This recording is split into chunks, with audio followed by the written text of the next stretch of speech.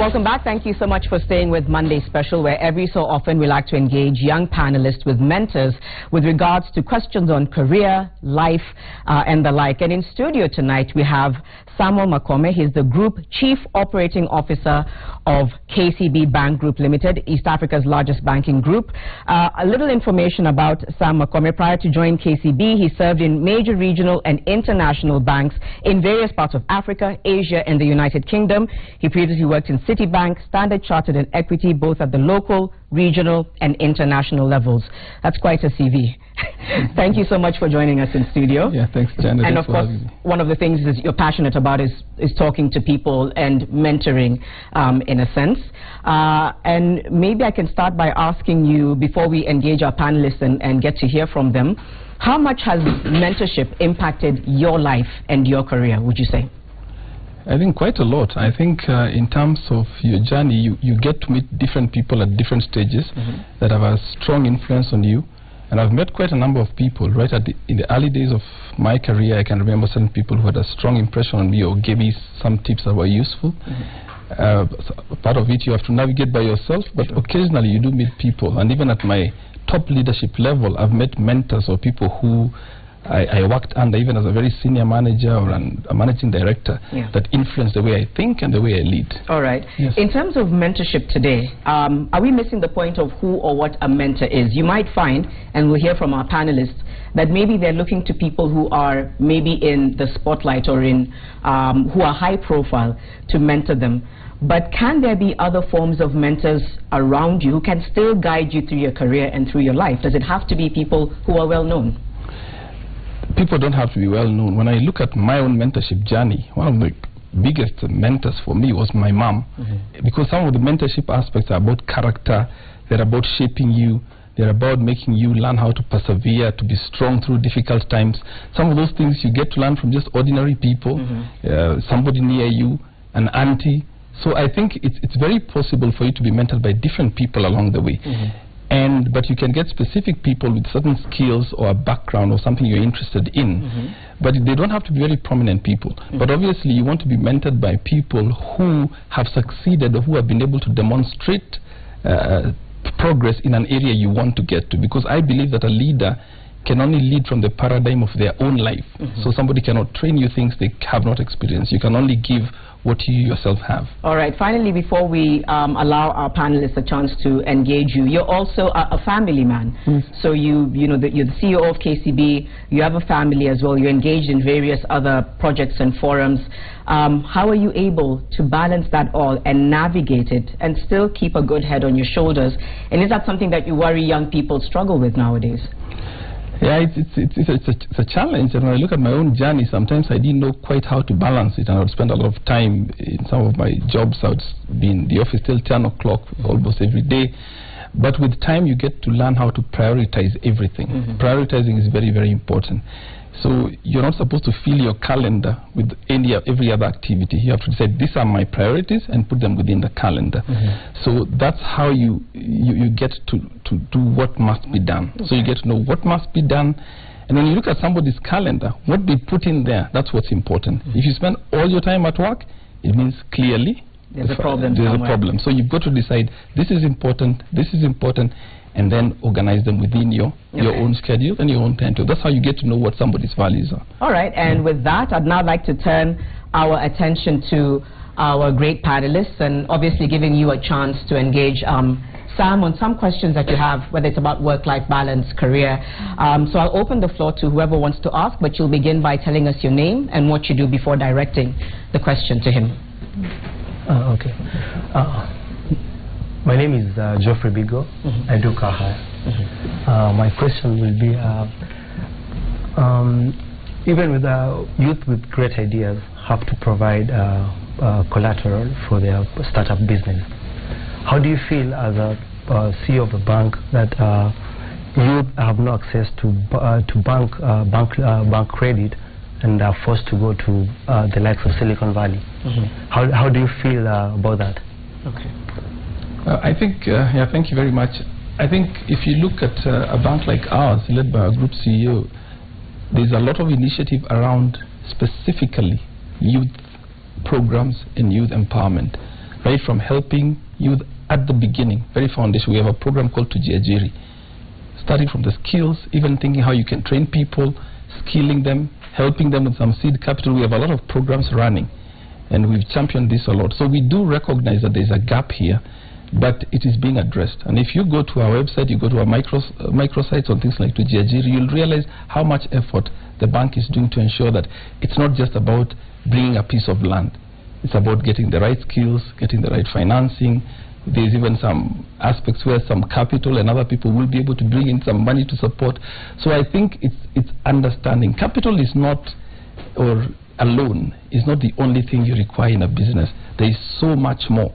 And as a bank, led by our group CEO, we are addressing virtually everything, right, even from the training needs of young business people.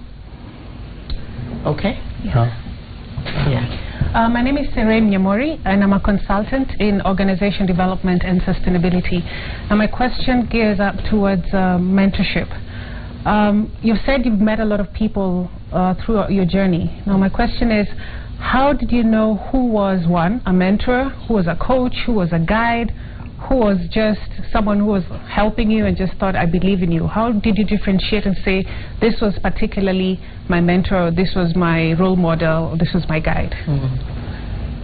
Well, that's a difficult one, but in reality, I was not looking specifically and trying to differentiate all these things. There are certain people who influence you just for a season.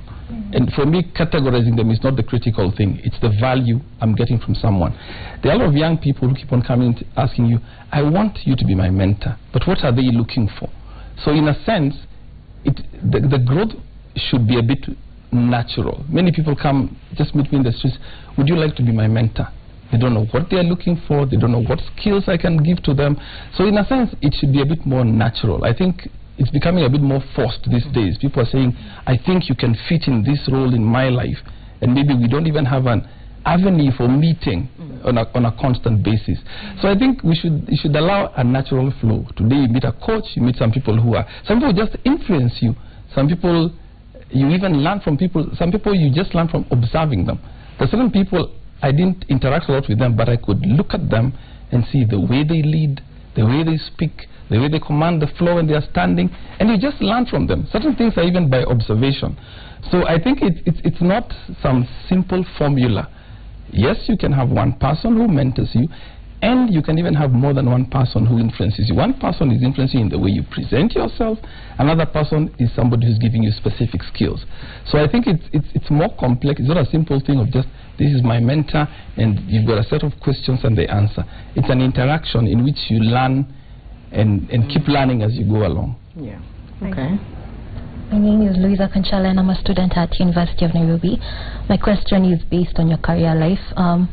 How long did you stick with a business plan before you decided it wasn't worth it? Okay, thank you. Yeah, I've been in the banking industry for over 20 years. So a lot of my life has been mainly within the banking world. But of course, it's something I've experienced a lot because of meeting different people. And also in my own life, you get tested. One of the things that I see a lot currently is that people are very, very impatient. They want quick wins. They want quick results. So they cannot stay with something long enough. Even in jobs, for some of us to grow even to your level or my level, it's taken time. Sometimes you're there, you're in a rural branch somewhere, you're the cash officer, you're working till 8 o'clock at night, and you might feel like quitting, but you have to hang in there until you get a break. So I think there is something to be learned from just hanging in there, toughing it out, and occasionally even when you fail, there is really nothing like really failing. You can fail forward, you can fail and learn. And in fact, no mistakes, no learning. So even if you make a mistake, and I've made some along the way, even in a career choice, you take a learning from it and say, this will help me on my journey forward. So you've got to keep at it. And what I've realized over time, and even having worked with different people in like my previous role, I saw people who give up easily. They get discouraged. We go through difficult times. And I see people even resign and say, this is too much for me. And they take off and say, let me try something else. And they left where we were, maybe my previous employer. They try other things, they give up again after three years. You hear they've left that place because they're very, very impatient and they don't have the ability to persevere. So you've got to, it's one of the things you have to learn to succeed. It's to persevere, whether you're in employment or whether you're in a business. But obviously sometimes you know this doesn't work and you make a change, but a change for the better. Yeah. Thank you. It's so good to be here. My name is Eric Morevi, and I'm a team building and staff motivation consultant with Blaze Consulting. And I think I'd ask you a more natural question. You know, they say that nothing begins from the top. Everything starts from down there growing up. And I'd want to know, because you know, in my experience, I just found you as COO, Group COO. That's a very big and intimidating title. Pick it up from primary school, perhaps. Where are you coming from, and tell us what have been your key drivers to get to the place you are right now? That's long. Without giving your life history. Without giving your life history. I think, yeah, that's a difficult, but I can be able to quickly summarize. I think one of the things is that I work for KCB currently, but I started in KCB as a management trainee over 20 years ago. So I started as a management trainee, trained and stayed as a young officer, but later decided to venture out. I thought there were certain skills I wanted to get that were elsewhere. So I ventured out. And sometimes you get to a place where you see, I want more, I want something else. And I ventured out, and in some of my jobs, and she mentioned earlier, I worked a lot out of the country. I kept on taking new risks.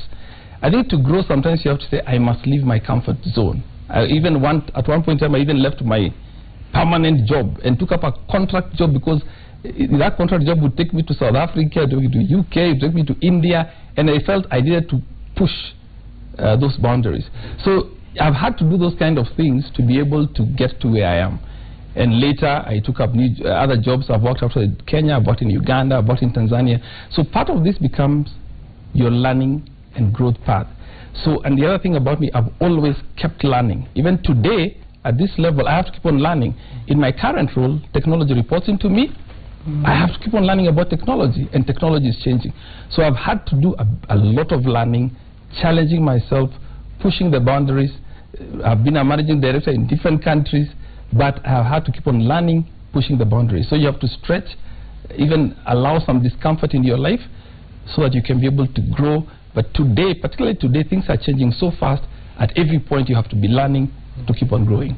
Okay. I have a question to throw to you. What keeps you up at night? What are the things that keep you thinking, tomorrow I have to do better because this is what's keeping me up at night? Anyone who can offer an answer on that. What is it that keeps you up at night? Something keeps you up at night. I like the way someone is waiting for the other to say something. I think I'd say what keeps me up at night is the dream. Yeah. What is the dream? For me, the dream is, my vision is actually to move, because I'm a trainer, team building trainer. And my work is just to go out there and get people excited about working anywhere. And what keeps me awake is I want to see more. I want to see better. And I have the privilege of, I turned my hobby into my business. And that's exciting, because my business, simply put, is just going out there and making people have a party and now coming up with lessons from that party. Okay. So what keeps me up is, you know, sometimes this thing can look not very serious. So just reading and, as some would say, learning and developing, just wanting to see more. It's got to be more out there. So I think for me, is that desire for more. For more. My company used to be a dance company. I'm moving from a dance company to an entertainment company to now a training company. Okay. And I want to see the next thing. I'm excited about the next chapter. The next chapter. All right, that's a good one. What keeps you were going to say something? Yes. The fact that I've had the business idea since I was a teenager, and finally I mastered the courage to step out of employment and start my own business. So every day I wake up, there's a new idea and I want to fulfill it, and I'm passionate about people and building businesses and things around people.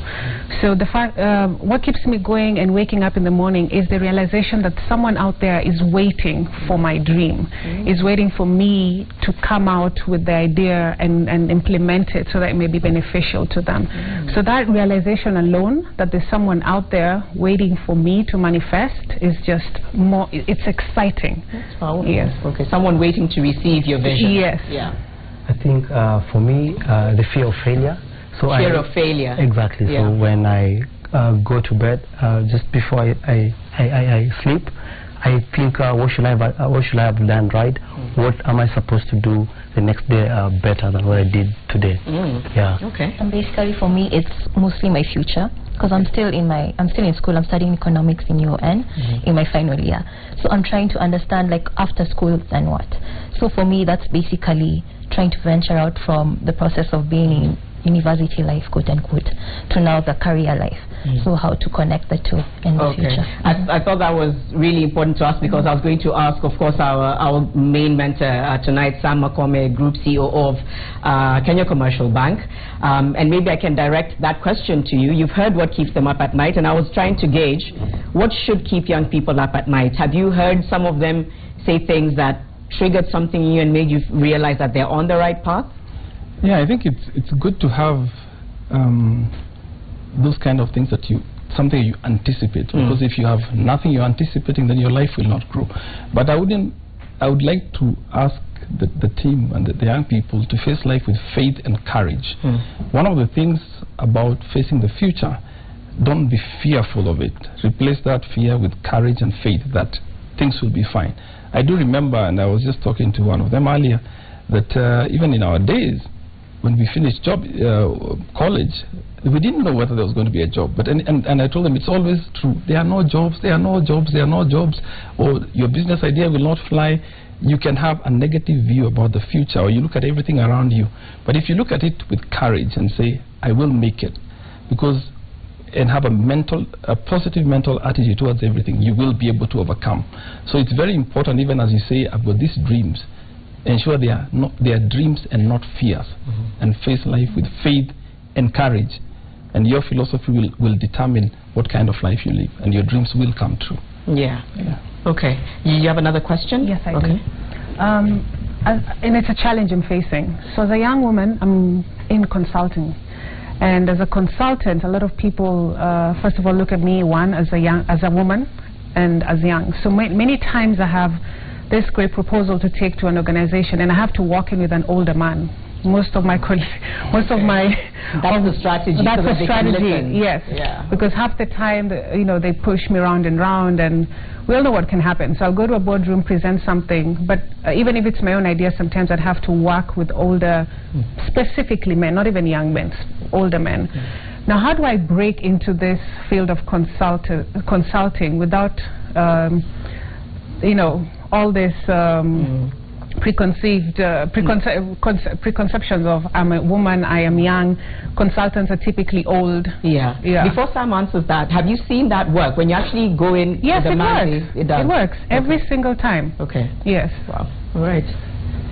Yes, I think, yes, in life sometimes you find those barriers that come from previous thought and things like that. I've had challenges that are similar. I remember one time I was doing some work in South Africa, and I went to a place in Cape Town where I was the only black person, and even the people were surprised. I mean, because the few black people who were there were only doing the cleaning. There were only two in a company of about 200 people. So when I was introduced to the executive, one person never even looked at me.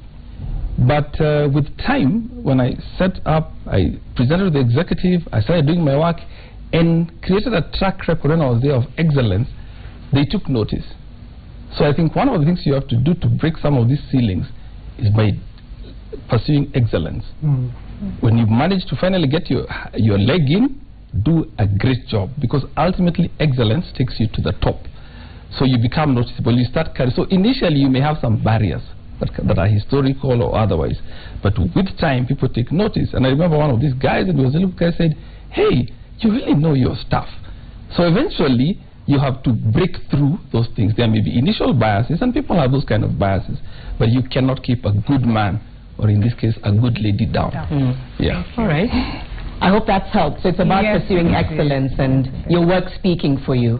Obviously, I think that's a big issue in terms of sexism and many isms, ageism, racism, and it's really about pursuing excellence. A very quick one, going back to the initial question I asked around mentorship. Do you feel like there's enough mentors or people to look up to in the country, or do you feel like you're at a point where you look around you and you kind of go back looking at yourself to break through? You don't really feel encouraged by what you see around you. Any of you feel like there's a general lack of mentorship or direction for young people in the country? Do you mean like corporate mentorship? Just generally, just people that you can model your lives around. Okay, not in the sense of mentorship. There is also mentorship in churches and from home, but based on career mentorship, it's really hard to find someone to mentor you, either because of your experiences aren't valid or you don't have enough skills. So for you to break through that barrier of trying to get someone to mentor you is quite difficult. And how then do you navigate it? I don't know if you all feel the same, and if you feel like you're not able to get through to some of these people to guide you, how are you dealing with navigating life and trying to figure out the next step? Career, life, how are you dealing with that? Well, my challenge with mentorship is I feel a lot of people have taken mentorship as the big word of the century, so they don't exactly even understand what it means to be a mentor, meaning they're not committed to the relationship or do not even understand the quote-unquote guidelines of what it means to be a mentor. So half the time I meet someone and they're like, can I mentor you? And then they disappear on me after maybe one or two sessions or 2 meetings. Then they get too busy. But maybe what I'd like is if we were, all of us were actually educated on what mentorship actually is and what are the tenets that are involved in mentorship, it being a relationship that has to be, you know, that helps the mentor helps the mentee grow and develop. And it's like parenting. You just don't wake up and decide, okay, I'm tired of, parenting you. It has to be intentional. It has to be intentional and deliberate. Okay. So if we would educate ourselves around the concept of mentorship, then people like us would be able to easily find a mentor or someone willing to mentor us. Okay. Yes. Unfortunately, we're out of time. I'll get some closing remarks from Sam or something that he'd like to share with you. But even going round, what's your parting shot in terms of what you've learned today from Sam, from this discussion? Let's start with you. I think his point on in terms of like basically life is all that we learned from the beginning, like when we were kids, what you learn from your parents, from your school teacher, primary school teacher, all the way up. Yeah. Okay. So I think that was a good point. That was a good take home. Yeah. Okay. Simple. Pursue excellence. Yeah. Yeah. That's what it's left you with. Yes. Pursue excellence. For me, basically working hard throughout your life and, as you say, pursuing excellence is basically the foundation of everything. Okay, I like that. I think what I can take home from Mr. Sam Makome is that mentorship is not that complicated. It's about, your mom can be your mentor. And I think we complicate it by looking for high-profile people. The truth of the matter is that Sam, after today, it's really hard to lock this gap. All right, but I think, just regular guys and I think the idea is to pick virtue from everywhere, pick good aspects of life from people. And I think that's what mentorship is. There's mentorship by proxy, reading books and going on the internet, TED Talks.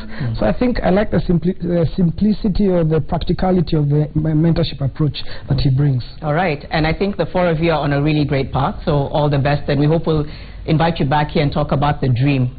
Eric, I'm talking to you. Yes. Thank you all so much. Your parting shots, please, to the panelists and to other young people watching. Yeah, I've met a lot of young people, and I get excited when I hear the kind of ideas they have, the ambitions they have, the things that they want to do, the business ideas they have. And many of them, when I look at them, they actually have better ideas than we had those days. And I was explaining to one of them earlier that in our days, sometimes we would just be posted after school.